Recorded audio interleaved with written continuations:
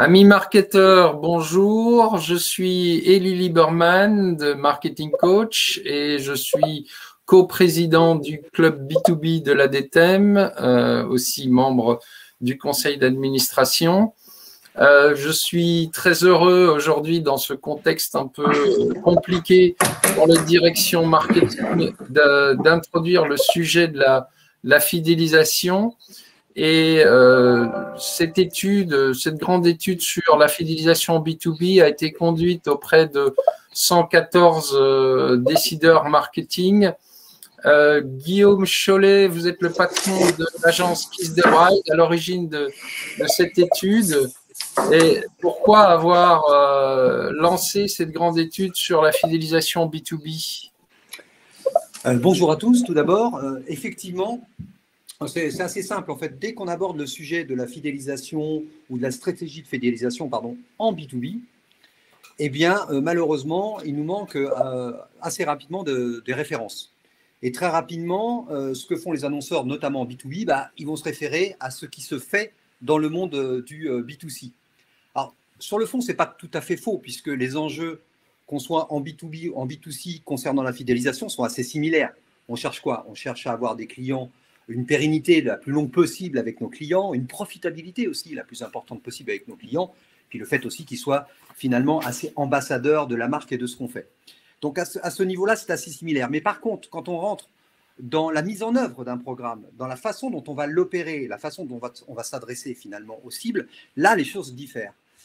Quand vous adressez à un consommateur, vous adressez à un homme, une femme, une catégorie sociale professionnelle, une culture, un pays, et donc ça impacte obligatoirement de façon extrêmement précise la façon dont vous allez aborder ce client, la façon dont vous allez le fidéliser, la façon dont vous allez le séduire.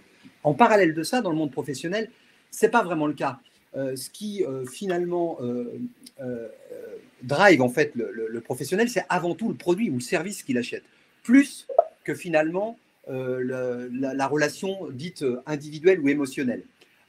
Un consommateur peut tout à fait acheter de façon très intuitive, très émotionnelle. Un professionnel va acheter de façon beaucoup plus rationnelle, beaucoup plus structurée.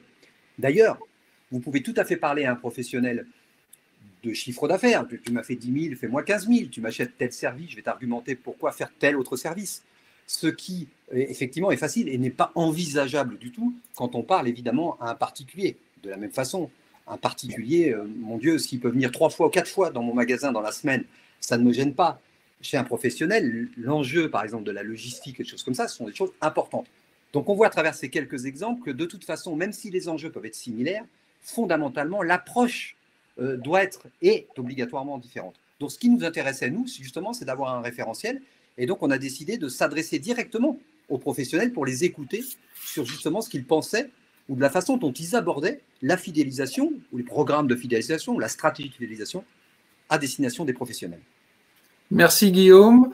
Avant de laisser la parole à Thierry Haas du cabinet Praxis qui a conduit l'étude terrain, je vais laisser chacun des intervenants se présenter et si vous voulez bien, essayer de définir en 2-3 mots, c'est quoi pour vous la fidélisation B2B. Marion Cubelis, allez-y, présentez-vous. Bonjour, Marion Cubels. Je suis responsable marketing opérationnel au sein de la société Ediliance, anciennement Imeris Toiture. C'est une société qui fabrique des matériaux de construction pour la couverture, avec notamment des tuiles terre cuite, des accessoires de couverture. Et on a également une activité photovoltaïque et isolation. La fidélisation en B2B, pour moi, c'est avant tout la connaissance client. Travailler le relationnel et je dirais des valeurs ajoutées, proposer de la valeur ajoutée pour un rapport gagnant-gagnant. Voilà. Parfait. Sophie Digelet, vous vous présentez? Sophie? On ne vous entend pas. Vous m'entendez? Oui, ça y est. On vous entend. Bonjour. Donc, Sophie Dugelet, je suis directrice marketing pour le groupe Adecco en charge du marketing opérationnel, digital et expérientiel. Parfait. Et enfin, Sylvain Bernard. Bonjour à toutes et à tous, Sylvain Bernard, je suis directeur marketing et achat de Tereva, qui est une enseigne de distribution de sanitaire chauffage aux professionnels du bâtiment, essentiellement les plombiers chauffagistes. Parfait, merci à vous trois. Alors, dans la formule de cette matinale, vous avez aussi la possibilité, dans l'onglet questions qui est sur votre droite, à la droite de votre écran, de vous aussi qualifier la fidélisation B2B en quelques mots. Ça nous permettra d'interagir à la fin de cette présentation. Thierry As, je vais vous laisser présenter les résultats de cette étude maintenant. Donc là, c'est effectivement, allez-y tout le monde, dans l'onglet questions, qualifiez les 2-3 mots. Et maintenant, je vais laisser Thierry présenter les résultats de l'étude puisque c'est lui qui l'a conduite sur le terrain. Merci Elie. Donc je suis Thierry Ans et non pas As. Thierry. C'est pas grave. Donc je suis associé au sein de Praxis, qui est un institut d'études spécialisé sur les sites B2B, et j'ai en charge au sein de ce cabinet de développer l'activité conseil, donc amont et aval des études autour du management de l'expérience client. Et j'ai réalisé l'étude que je vais vous présenter avec le soutien de l'ADTEM. Alors, en termes de méthodologie, donc nous avons réalisé cette étude, nous avons démarré il y a quelques mois au travers d'une méthodologie assez robuste qui a consisté à conduire des entretiens qualitatifs auprès notamment d'experts, un atelier prospectif donc de décideurs marketing, à l'issue de quoi nous avons construit un questionnaire online. Tout ça validé, bien sûr, avec les équipes de Kiss the Bride. Questionnaire qui a été envoyé sur la base du fichier ADTEM à plus de 8000 marketeurs, donc professionnels du marketing. Et ça pendant à peu près un mois, donc du 15 février au 15 mars, ADTEM a envoyé le questionnaire au travers de 3 ou 4 relances. Au total, comme le disait Elie, donc nous avons recueilli 114 questionnaires complétés. Donc ce qui est intéressant et ce qui nous permet d'avoir des analyses statistiques qui sont robustes, voilà, d'un point de vue statistique. L'échantillon de ces 114 répondants est réparti par tranche de chiffre d'affaires, réparti par secteur d'activité, métier, et nous avons également souhaité, pour les analyses, découper ces 114 en 2 catégories qui semblaient au départ importantes donc pour l'analyse, une catégorie client direct et une catégorie client indirect. Donc les clients directs, ce sont ceux qui travaillent directement avec les clients professionnels. Alors par rapport à nos témoins, on peut dire que Adecco et Tereva font partie de cette catégorie directe puisqu'ils sont en prise directe avec les clients consommateurs, et une catégorie donc indirecte, et on peut dire que Ediliance fait partie de cette catégorie puisque Ediliance vend ses produits au travers de distributeurs. Donc voilà ce que l'on peut dire en termes de méthode. Quels sont les principaux enseignements issus de cette étude? Le premier enseignement, c'est que la fidélisation des clients est quelque chose qui est considéré comme étant important par 80% des entreprises interrogées. Donc, on a posé une question d'importance. Il y en a 42% qui nous ont dit que c'était très important pour eux, 38% qui nous ont dit que c'était assez important. Donc, on peut dire que 80% des entreprises considèrent la fidélisation client comme important. Au passage, cette importance est d'autant plus vraie pour les clients indirects. Si on reprend ma définition des clients indirects tout à l'heure, donc l'importance de la fidélisation client professionnel est encore plus importante pour les entreprises qui ne vendent pas en direct, donc comme par exemple Ediliance, ce que je reprendrai tout à l'heure, puisque 53% d'entre eux considèrent la fidélisation client comme très importante alors que les clients directs considèrent cela comme très important pour 37% d'entre eux. Voilà pour le premier enseignement. Deuxième enseignement, donc nous avons posé une question. Donc, quels sont, selon vous, donc, les 3 objectifs prioritaires de la démarche de fidélisation client professionnelle? On se rend compte que 42% des entreprises ont cité comme premier objectif prioritaire le développement business chez leurs clients professionnels. Donc, 42% des entreprises interrogées disent que le premier critère pour eux, c'est le développement de l'activité, le développement du business chez mes clients.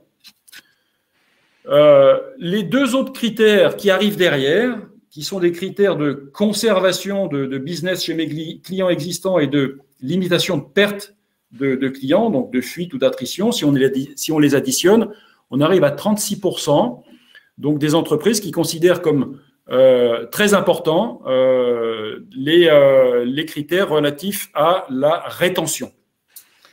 À noter sur cette question que la notion, on avait indiqué, est-ce que recruter de nouveaux clients est important pour vous?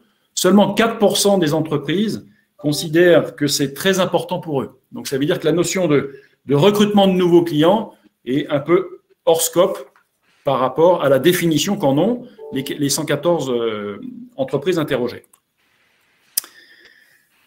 Troisième enseignement de cette première partie de présentation, 9 entreprises sur 10 ont initié une démarche de fidélisation client, mais 1 sur 10 considère l'avoir menée à terme et considère que la démarche est aboutie. En fait, nous avons posé la question, c'est selon vous, comment évalueriez-vous la mise en œuvre des démarches de fidélisation client au sein de votre entreprise? Et on avait 3 possibilités, soit une démarche aboutie, soit une démarche en cours, soit une démarche initiée, soit rien de débuté du tout. Donc à cette question, 88% des entreprises répondent démarche initiée, en cours ou aboutie. Donc c'est 9 entreprises sur 10. 12% des entreprises répondent ma démarche, elle est aboutie, elle fonctionne. Et j'aurais tendance à dire que 12%. Alors autant 9 entreprises sur 10, c'est super, autant 1 sur 10, effectivement, c'est pas beaucoup. Alors, c'est difficile de comparer. Alors, on avait un point de comparaison, c'est on a comparé également, on a posé la même question sur la démarche de mesure de satisfaction client. Donc, quand 12% des entreprises considèrent avoir une démarche aboutie en matière de fidélisation client, ce chiffre passe à 27% pour la démarche de mesure de la satisfaction client. Démarche qui existe depuis beaucoup plus longtemps, c'est vrai, mais pour laquelle les entreprises, donc un nombre beaucoup plus important, considèrent leur démarche en interne aboutie. Voilà, Elie, pour cette première partie. Elie est un micro. Elie, tu n'as pas de micro. Pardon.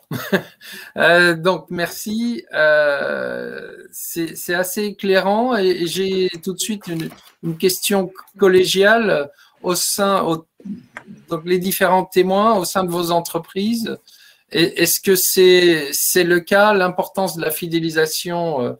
Est-ce que c'est vraiment pour faire du business avant tout, comme les 48% des gens qui le déclarent dans les résultats de l'étude?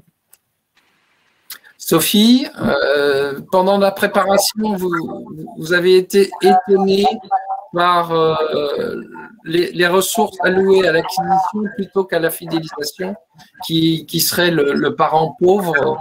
Est-ce que c'est le cas au sein de votre entreprise? Alors, je ne sais pas si c'est totalement le cas. En tout cas, je trouve que le marketing est très souvent sollicité par nos clients internes pour faire plutôt de l'acquisition que de la rétention. Après, heureusement, ça ne nous empêche pas d'en faire. Mais souvent, en premier lieu, on nous parle plutôt d'acquisition que de rétention et on s'inquiète plus globalement de savoir combien on va réussir à avoir de nouveaux clients plutôt que combien on va en garder. Après, est-ce que c'est héroïste? Je pense que oui, pour la pérennité des entreprises, ça doit évidemment être le cas. Après, c'est aussi une notion d'expérience et c'est là où pour moi c'est important de se dire que le client ne sera que s'il a une bonne expérience. Merci. Et Sylvain, est-ce que c'est la même chose chez Tereva? Non, c'est plutôt l'opposé. Nous, en tant que distributeurs, nous sommes souvent face à des installateurs qui partagent leur portefeuille d'achat entre 2 ou 3 distributeurs avec lesquels ils sont relativement fidèles finalement, et ils zappent peu. Donc nos programmes de fidélisation sont plutôt dans business avant tout pour développer le business qu'on fait avec chaque client et les motiver à augmenter le chiffre d'affaires fait avec nous. Très clairement, c'est beaucoup plus efficace pour nous en termes de ROI que de faire de la prospection et de l'acquisition de nouveaux clients qui est extrêmement coûteuse, longue et difficile. Donc, on est plutôt sur une approche business avant tout, développement de business avec nos installateurs. Et on a aussi, en toute transparence, des forces de vente qui sont meilleures en cultivation, en cultivateur de clients qu'en chasseur de nouveaux clients. Donc, ça fait un bon compromis en termes d'efficacité et d'entretien du fonds de commerce. Extrêmement intéressant. Et chez Ediliance, Marion, vous en êtes où? Attendez. Alors chez nous, la fidélisation, on va dire le relationnel est très très important. C'est ce qui, avec nos clients artisans et même si c'est nos clients indirects, c'est pour ça qu'on mène beaucoup de réflexions sur la fidélisation et c'est un levier important. Je sais pas si je dirais que c'est plus important que l'acquisition, mais en tout cas, c'est quelque chose qui actuellement est fort chez nous. C'est juste que c'est actuellement plus le commerce et le business qui gèrent cette fidélisation et que du coup, on est en train de travailler justement, de réfléchir comment avec des outils marketing, on peut accompagner ça. Et sur la notion de business, je pense que oui, à l'issue, c'est forcément un objectif de business. Mais en tout cas, chez nous, il y a vraiment une volonté de créer plutôt un relationnel, une communauté pour avoir des ambassadeurs qui souhaiteraient travailler avec nous et qui poussent à travailler avec nous et pour, à terme, faire du business, mais que ce soit pour eux comme pour nous. Super intéressant. Thierry, vous continuez la suite de la présentation des résultats. Parfait. Alors, donc on arrive à un 4e enseignement. Donc là, je vais vous présenter donc 2 enseignements issus de cette étude avant notre prochain petit débat. Donc, 4e enseignement, le niveau de fidélisation des clients reste peu connu par les entreprises interrogées. Nous avons posé la question, aujourd'hui, pensez-vous bien connaître le niveau de fidélisation de vos clients professionnels? Et puis, il y avait 3 possibilités. Oui, tout à fait. Oui, plutôt. Non, pas vraiment. Non, pas du tout. 6% des personnes interrogées répondent oui, tout à fait. Seulement 6% des entreprises interrogées considèrent connaître très bien, on va dire, le niveau de fidélisation de leurs clients. Alors, on peut rajouter à cela les assez, je connais plutôt bien. Donc, si on rajoute les oui très bien et oui plutôt bien, donc on arrive à 48%. Donc, c'est aussi un chiffre qui est faible. C'est 48% des entreprises interrogées nous disent « je connais plutôt bien ou très bien le niveau de fidélisation de mes clients ». Donc 4e enseignement important. Là-dessus, toujours pareil sur le tri direct-indirect, c'est intéressant de noter que les clients, les clients indirects connaissent moins bien le niveau de fidélisation de leurs clients. Très intéressant. Justement, à l'heure des tableaux de bord et des indicateurs de performance dans tous les sens, Sylvain, chez Kiss the Bride, vous en êtes… pardon, c'est Guillaume. Guillaume, chez Kiss the Bride, c'est quoi les retours de vos nombreux clients et ce serait quoi les indicateurs à suivre? Alors, en fait, quand on parle d'indicateurs, il faut revenir à l'objectif qu'on cherche à travers un programme. Ce qui a été dit au départ est très intéressant puisque fondamentalement dans le B2B, la recherche de chiffre d'affaires additionnel, de business additionnel drive beaucoup de choses. Donc, on pourrait penser que le premier indicateur qui devrait se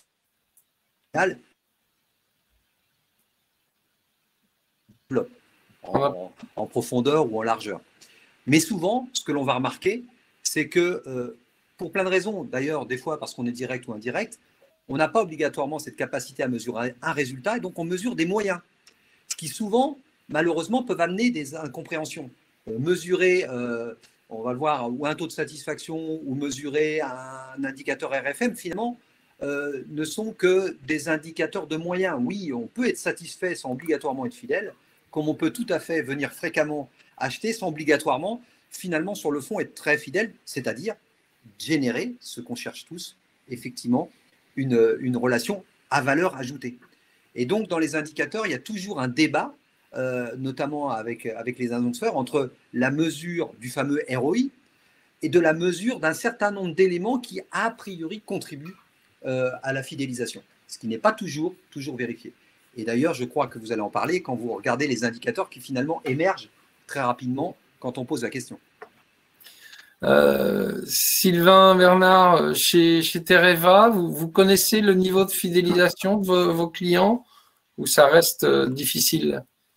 Bon, ça reste difficile. On a une vision de la fidélisation à deux niveaux sur nos clients, sur l'ensemble de nos clients. On va dire que de façon plutôt semestrielle, trimestrielle pour les meilleurs, on va analyser la santé de nos fonds de commerce. C'est comme ça qu'on appelle l'indicateur. Donc, pour chaque, finalement, le petit échelon de business unit chez nous, on va voir quels sont les clients perdus, gagnés, en évolution, en baisse, et voir un petit peu quelle est leur dynamique, mais c'est pas beaucoup plus précis que cela à ce stade. C'est sur le point sur lequel on doit travailler au regard de l'investissement qu'on a fait dans les data.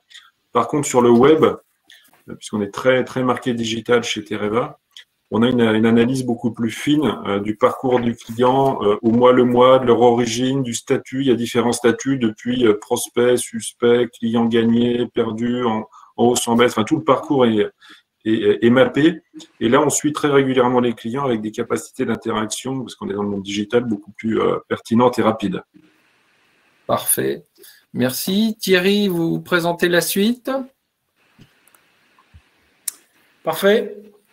Alors, donc on arrive au cinquième enseignement de cette étude, justement, les indicateurs. Quels sont les indicateurs qui sont déclarés comme étant utilisés par les personnes interrogées? Donc, je rappelle la question. Donc, selon vous, parmi les 10 indicateurs, donc nous avons cité 10 indicateurs, quels sont ceux qui sont les plus utilisés pour mesurer la fidélisation des clients professionnels? Arrive en tête 3 critères, 3 indicateurs différents les uns des autres. Le premier, c'est le taux de satisfaction. Donc, 49% des entreprises déclarent le taux de satisfaction comme un critère comme étant important. 46% le critère donc RFM. Et enfin, 42% le critère évolution du chiffre d'affaires ou évolution de la marge. Donc, voilà les 3 critères qui arrivent en tête, sachant que le troisième, qui est pas très loin malgré tout et qui est intéressant à noter, c'est le critère NPS, qui est utilisé par 39% des entreprises. Donc, voilà la réponse à votre question, Élie. Je vous laisse la parole. Oui, en fait, par rapport à ça, effectivement, le NPS est proche du taux de satisfaction. Il y en a sans doute beaucoup d'autres d'indicateurs pertinents. Là, le point, c'est qu'elle est adaptée à chacun des business, comment vous allez mesurer. Sur la liste des 6 étapes qu'on va vous présenter maintenant, c'est Guillaume, c'est vous qui avez défini ces étapes et c'est la méthode que vous suivez avec vos clients. Vous pouvez la présenter. Voilà. Oui, effectivement. Donc, on commence pas à te représenter. Ça fait plus de 20 ans qu'on accompagne les entreprises, notamment B2B, sur les programmes de fidélisation ou stratégie plus globalement d'engagement. Et on identifie aujourd'hui 6 étapes, et c'est ce qu'on a voulu effectivement regarder auprès des différentes personnes qui ont été interrogées. Nous considérons qu'il y a 6 étapes fondamentales dans la construction d'une stratégie de fidélisation. La première, qu'on appelle diagnostic fidélisation, en gros, que se passe-t-il dans mon entreprise? Quels sont les éléments clés de mon entreprise et de mon marché? Et je dois bien connaître dans cela pour éventuellement identifier une stratégie. Donc ça, c'est un élément qui est très, très important. Des questionnements, connaître le marché. Premier élément. Deuxième élément qui est fondamental, c'est la connaissance client. C'est à travers la segmentation, évidemment, on en reparlera à travers la data, mais finalement, la question qu'on se pose souvent, qui n'est pas simple à répondre, c'est quoi finalement un bon client? Finalement, c'est quoi un client fidèle? Quels sont les éléments objectifs qui permettent de le mesurer et de l'identifier? Deuxième étape. À partir de ces deux étapes-là, on peut commencer à travailler une stratégie. Attention, une stratégie de fidélisation, il doit y avoir un objectif clair, précis. On ne peut pas couvrir tout. Et surtout, entre guillemets, réparer ce qu'on ne sait pas bien faire à côté. Ce qui peut des fois être une erreur. Donc, la fidélisation, c'est une stratégie bien claire, bien définie. Derrière cette stratégie, en point 4, eh bien, on va identifier, comme je vous l'ai présenté au départ, en fonction des cibles que l'on va avoir, eh bien, on va mettre en place les différentes mécaniques, les différents dispositifs qui vont permettre de mettre en œuvre cette stratégie. Évidemment, derrière, un programme, quel qu'il soit, une stratégie quelle qu'il soit, met 2 à 3 ans avant d'être mature. C'est-à-dire toute la mise en œuvre et la gestion est un élément important. En général, on a une première année qu'on teste et la deuxième qui est vraiment du déploiement pour arriver à une maturité. Un programme, c'est une maturité de 3 ans en gros pour bien la maîtriser. Et puis enfin, on vient d'en parler tout à l'heure, le pilotage, le ROI. Combien de fois on s'est rendu compte qu'on n'avait pas les éléments pour objectiver la réalité et l'efficacité et l'efficience d'un programme. C'est un enjeu primordial, la capacité, et ça doit se penser dès le départ. Quels sont les éléments qui permettront de mesurer de façon précise et objective la stratégie que j'ai mise en place. Donc voilà les 6 étapes qui nous paraissent incontournables hiérarchiquement pour pouvoir mettre en place une stratégie, mais qui peut être traduite par un programme de fidélisation. Merci Guillaume. Comme c'est ce qui a structuré la suite de l'étude, Thierry, vous pouvez nous présenter les résultats sur chacune de ces 6 étapes? Tout à fait. Alors, avant de présenter ça, donc sur ces 6 étapes, en fait, on a posé 3 questions essentielles qu'on va découvrir. La première, c'est en fait quelles sont les étapes les plus importantes. Voilà, c'est l'importance des étapes, l'importance relative des étapes les unes par rapport aux autres. La deuxième question, c'est une question sur le sentiment de maîtrise de ces différentes étapes. Est-ce que votre entreprise maîtrise plutôt bien, plutôt pas bien du tout ces différentes étapes? Et une troisième question, c'est est-ce que vous faites appel à des ressources externes pour vous aider à bien maîtriser ces 3 étapes? Alors, en termes de résultats, donc ce que l'on peut dire, c'est que globalement, moins de 10% des entreprises déclarent très bien maîtriser l'intégralité des 6 étapes. Donc, on est sur un chiffre qui est faible. C'est le premier constat. La deuxième chose, c'est quelles sont les étapes les plus importantes dans ce que vient de décrire Guillaume. On se rend compte que les 2 étapes qui arrivent significativement devant les autres, c'est l'étape 2, qui est la connaissance client et segmentation. Donc, 81% donc, des entreprises interrogées déclarent que ça, c'est l'étape la plus importante pour eux. Et 70% pour l'étape numéro 3, qui est l'étape de stratégie relationnelle. Okay. Par comparaison, si on regarde l'étape de mise en œuvre et l'étape de choix des mécaniques de programme, elles sont quand même très loin derrière avec 42 et 38% de cités. Parfait, merci. En termes de... Alors, j'ai un dernier slide par rapport à ça, Elie. Donc, en termes de maîtrise de ces différentes étapes, pareil, les 2 étapes considérées comme étant les mieux maîtrisées sont les 2 étapes importantes qu'on a vues tout à l'heure. Donc, 71% des entreprises considèrent maîtriser l'étape connaissance client et segmentation et 68% considèrent maîtriser l'étape stratégie relationnelle. Et pour terminer, avant de te redonner la parole, en termes d'externalisation, donc quelles sont les étapes sur lesquelles vous avez le plus recours à des prestataires extérieurs pour vous aider? On retrouve encore une fois ces 2 étapes, l'étape 2, l'étape 3. 58% des entreprises déclarent souvent ou assez souvent avoir recours à des aides extérieures, des prestataires extérieurs, loin devant les autres étapes qui n'arrivent qu'à 36%, voire 40% au maximum. Parfait. Voilà, Elie, je te redonne la parole. Merci. Marion, chez Ediliance, vous en êtes où par rapport à ces différentes étapes et quelles seraient les étapes que vous maîtrisiez le mieux? Je partage les retours de l'étude parce que clairement, pour moi, c'est les deux étapes de la connaissance client et de la stratégie à mettre en place qui me semble fondamentale. Après, nous, on est en phase de travailler sur justement la connaissance client parce que voilà, on est en train de voir c'est quoi un bon client et c'est pas facile de répondre. J'échange beaucoup avec les équipes commerciales, avec les directions régionales et nous, on a une particularité, c'est qu'on a des habitudes régionales qui diffèrent. On a des chiffres d'affaires très différents en fonction des zones parce que du coup, ce n'est pas les mêmes produits et donc les usines ne sont pas implantées de la même manière. Donc voilà, on a vraiment une segmentation de marché qui est très régionale et du coup, un bon client n'est pas du tout défini de la même manière que ce soit en PACA, en Rhône-Alpes ou dans le Nord. Et les types d'entreprises sont aussi très différentes. Donc voilà où on en est. Et on travaille dessus et on va sans doute essayer de peut-être se faire un peu aider parce que c'est pas évident de répondre à toutes ces questions. De temps en temps, c'est nécessaire. Voilà. Heureusement pour les consultants. Heureusement pour...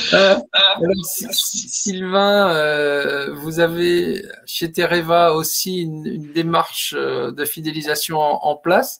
Est-ce que vous pouvez nous la décrire rapidement? Oui, on a une double démarche de fidélisation. La première qui concerne l'ensemble de nos clients pour la totalité du chiffre d'affaires, qui est une démarche très customisée, où chaque responsable commercial et vendeur va définir un objectif au client, qui est annualisé.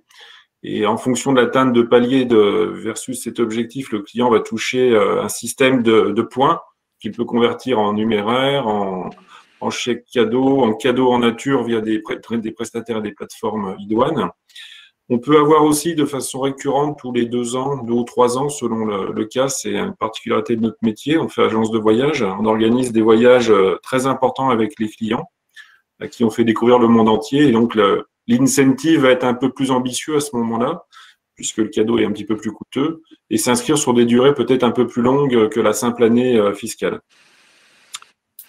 Voilà, ça c'est pour l'ensemble du business et toujours sur le digital, on a une deuxième vitesse avec là un système de fidélisation beaucoup plus normalisé où, quel que soit le client, en fonction de ses achats faits sur le web, il va déclencher des paliers de points qui viennent compléter ceux que je viens de citer.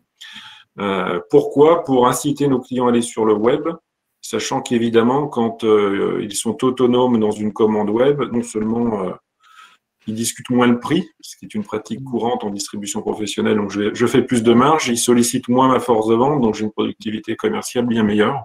D'où l'intérêt pour nous de les primer à venir sur le web et à être plus digitalisés. D'accord, super intéressant. Chez Adecco, Sophie, vous êtes un pas plus loin que la connaissance.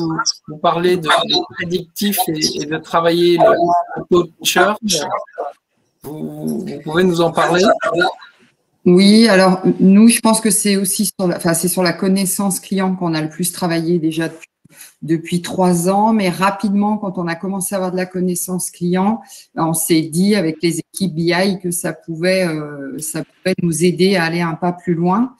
Et c'est là qu'on a mis un programme en place pour faire de la prédiction de churn. Donc aujourd'hui, le modèle fonctionne puisqu'il est éprouvé depuis plus de 2 ans. Et pour faire court, l'idée, c'était de dire on va aider les commerciaux dans leur portefeuille client à savoir ceux qui ont un risque de départ. Donc, évidemment, il y a un algorithme qui tourne avec plusieurs données. Et ensuite, dans le CRM, le collaborateur, le commercial, reçoit une alerte qui lui dit tel client a une probabilité de churn de temps.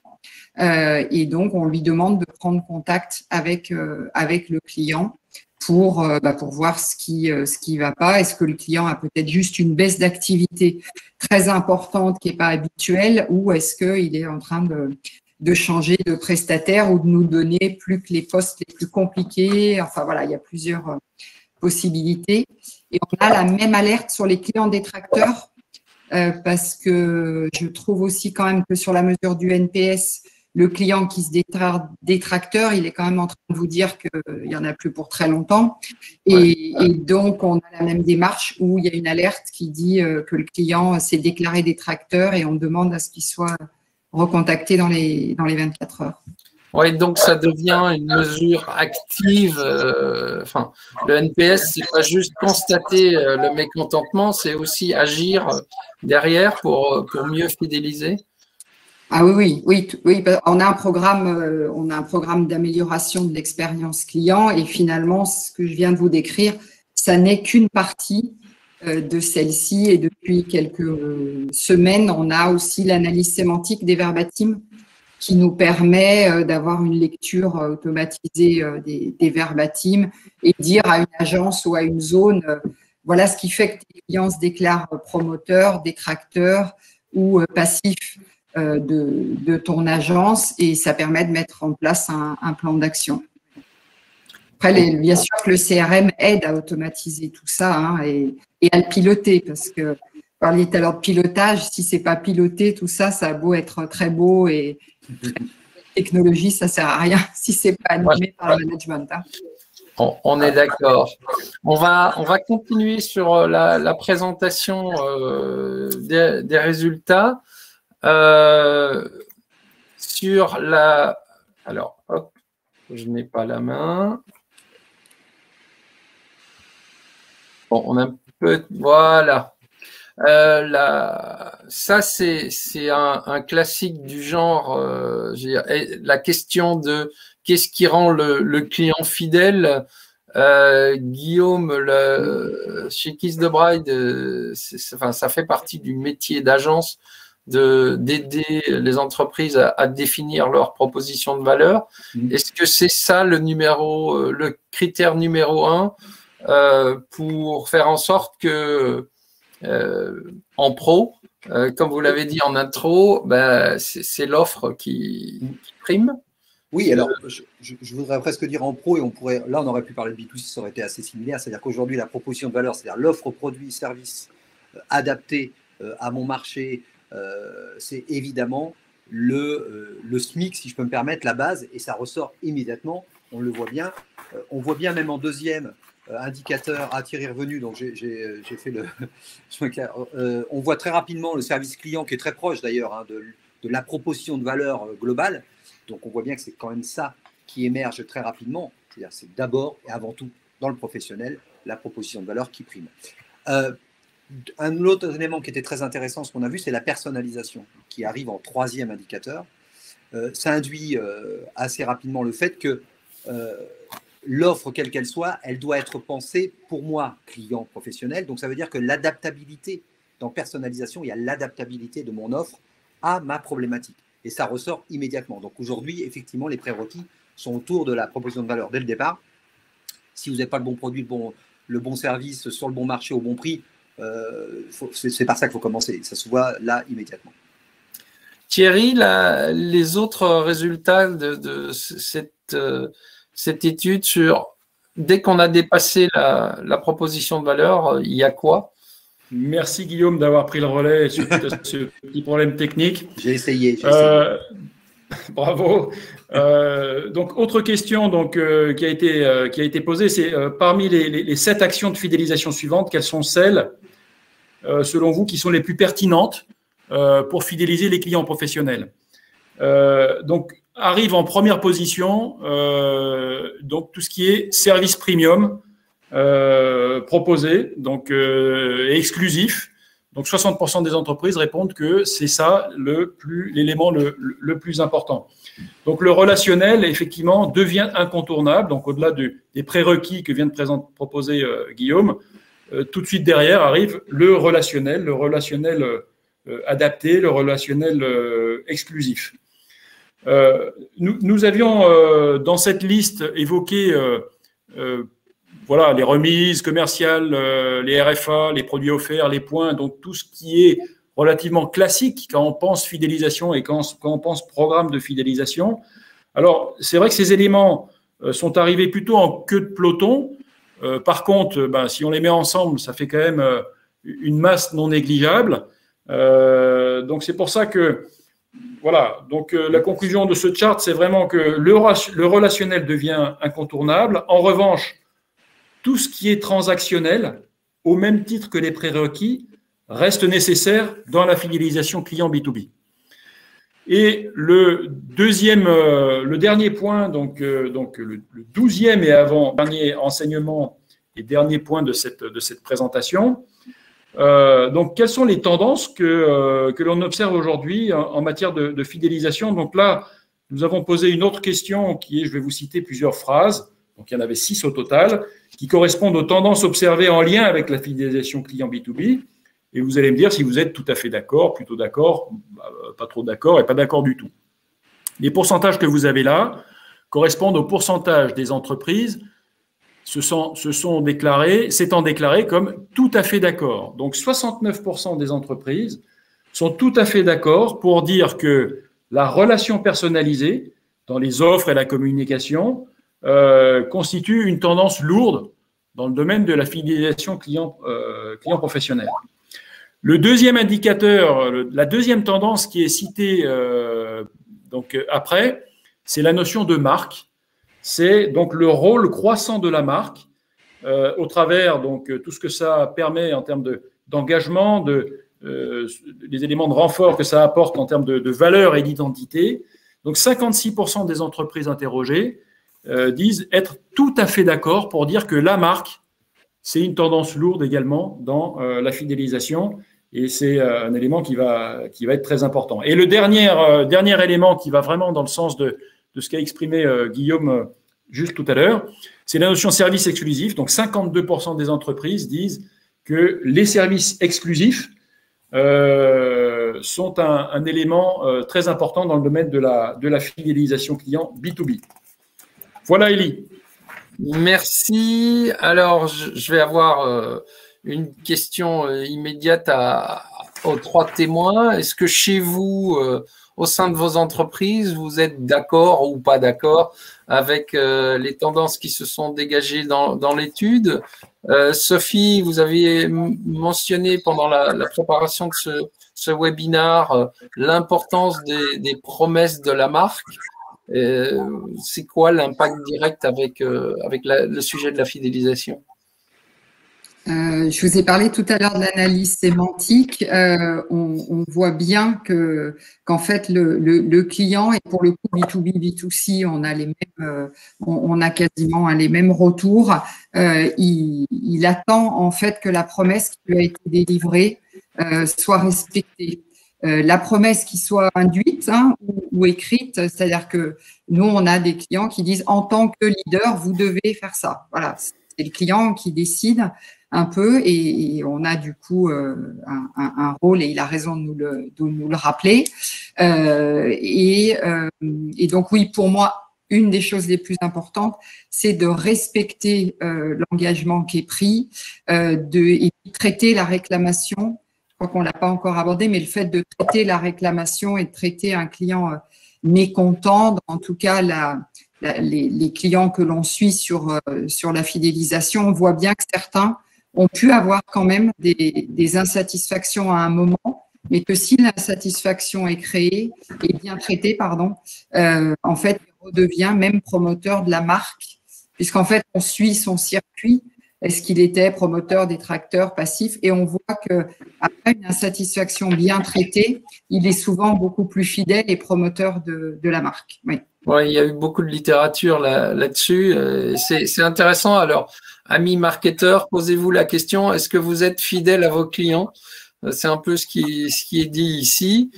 Marion, vous êtes aussi totalement dans ces sujets et l'importance de la marque et puis des services exclusifs. Est-ce que vous pouvez nous raconter comment ça se passe?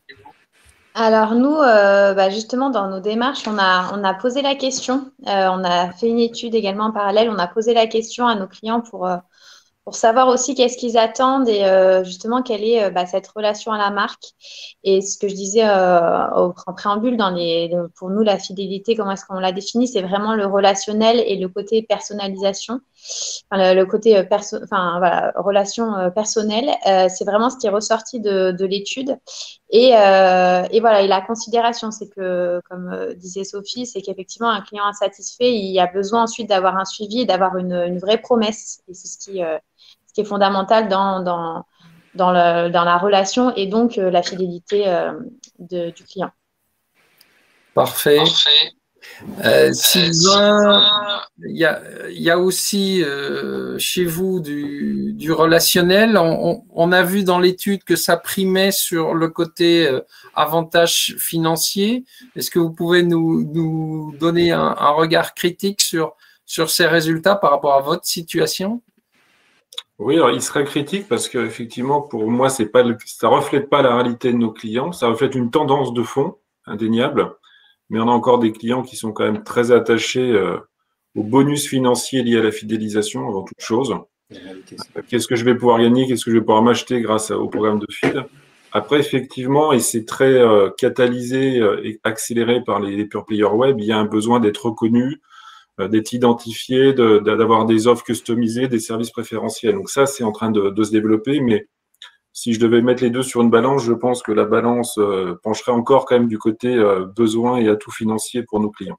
Oui, faites attention aux déclaratifs. Tout le monde dit ah oui, je veux de la relation, mais in fine, il y a quand même le financier et le contrat derrière.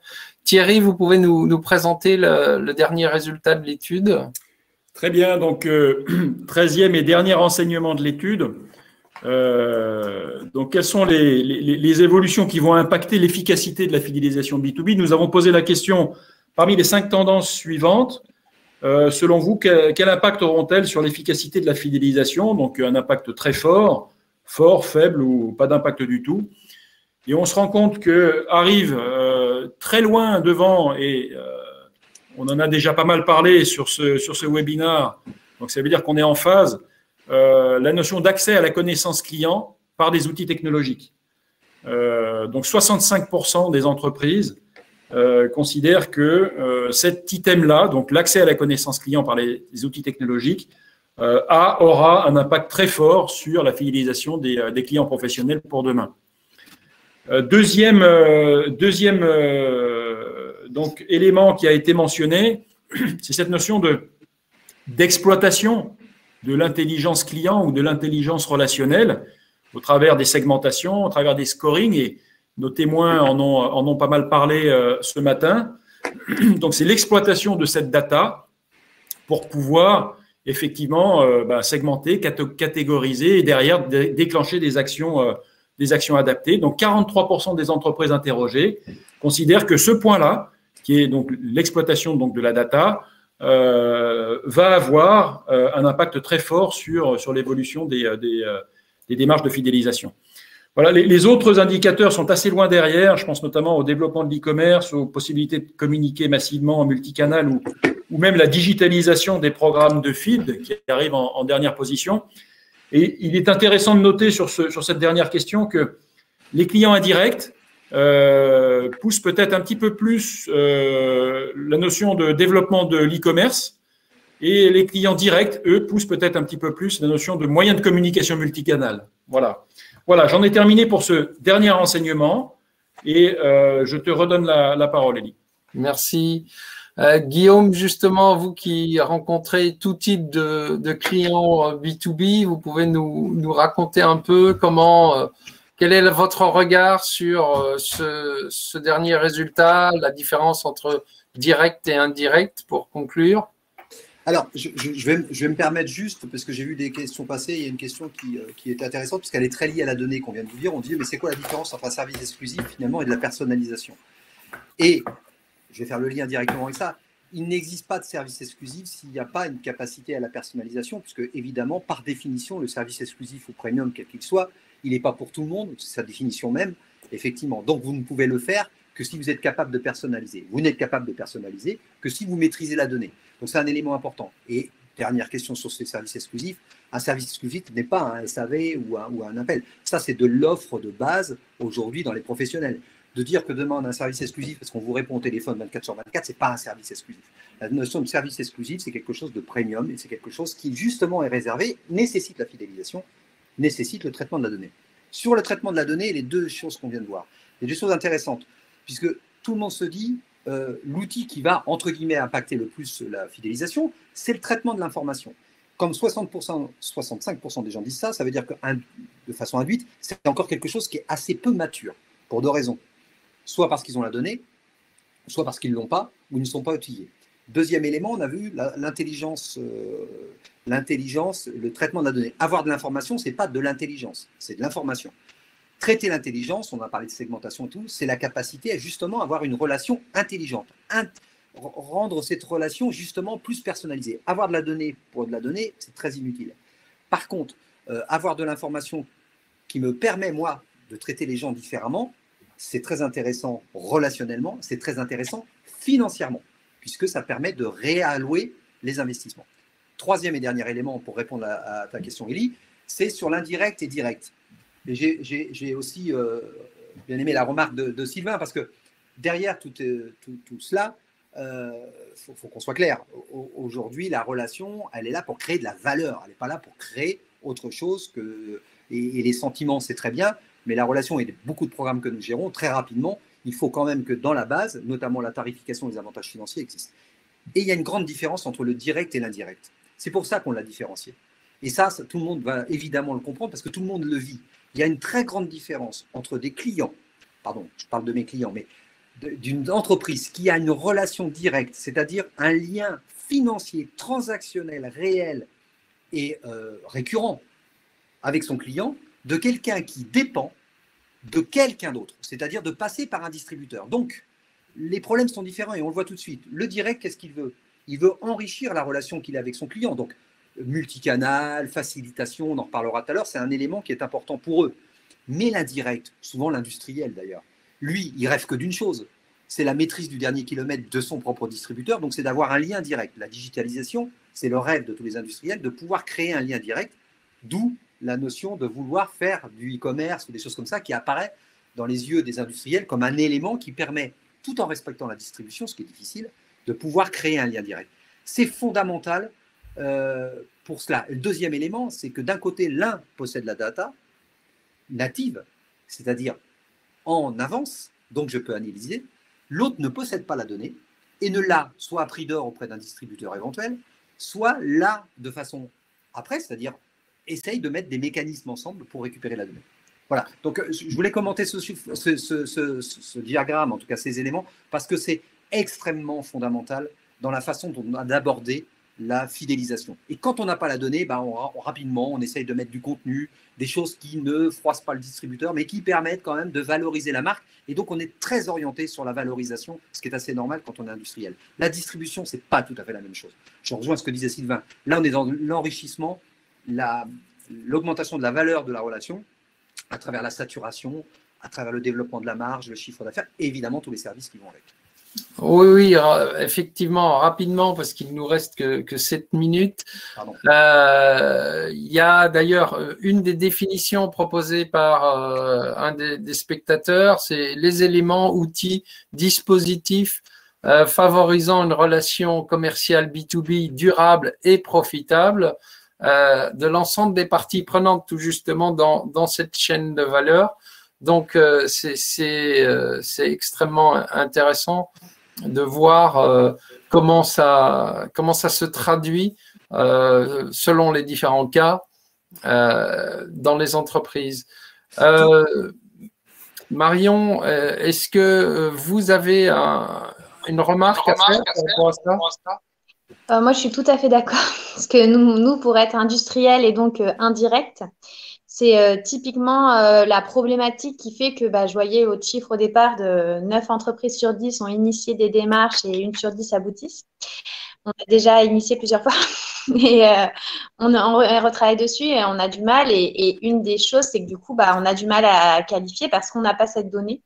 parce que c'est par notre connaissance client, c'est par notre force de vente et qu'en plus, on a une régionalisation. Donc, du coup, c'est difficile à qualifier parce que, voilà, on n'a pas les chiffres de vente. Et on ne peut même pas les acheter au négoce. On n'est pas comme dans le B2C où ils peuvent acheter les sorties de caisse. Nous, ce n'est pas possible avec nos négociants.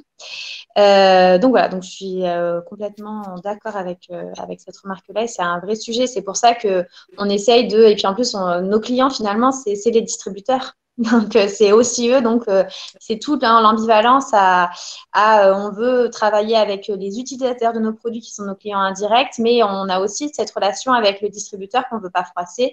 Et donc, on va sur cette recherche de valeur. Voilà. Un bon équilibre à trouver. Pour conclure, Guillaume, un dernier retour sur la structuration de cette démarche de fidélisation. Oui, alors je crois qu'on a un petit schéma qui l'explique pour essayer de se repérer dans tout ça. J'ai vu beaucoup de questions qui étaient très, très intéressantes. On aura sans doute l'occasion, mais moi, je dis souvent qu'on ne s'intéresse qu'aux gens qu'on aime bien. Et donc, de toute façon, le débat, c'est quand même la capacité à avoir de l'information pour pouvoir être le plus proche possible de ses clients. En fidélisation, en engagement, nous, on a ce qu'on appelle une pyramide qui est, comme son nom l'indique, une pyramide, c'est-à-dire que chaque étape est très importante et dépend de celle qui est dessous.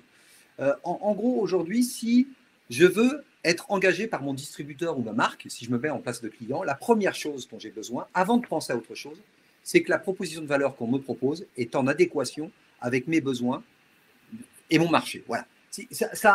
Et nous, on le voit, de gens qui se disent, je vais faire de la fidélisation parce que je vais corriger, mes produits ne sont pas je ne livre pas toujours au même moment, machin.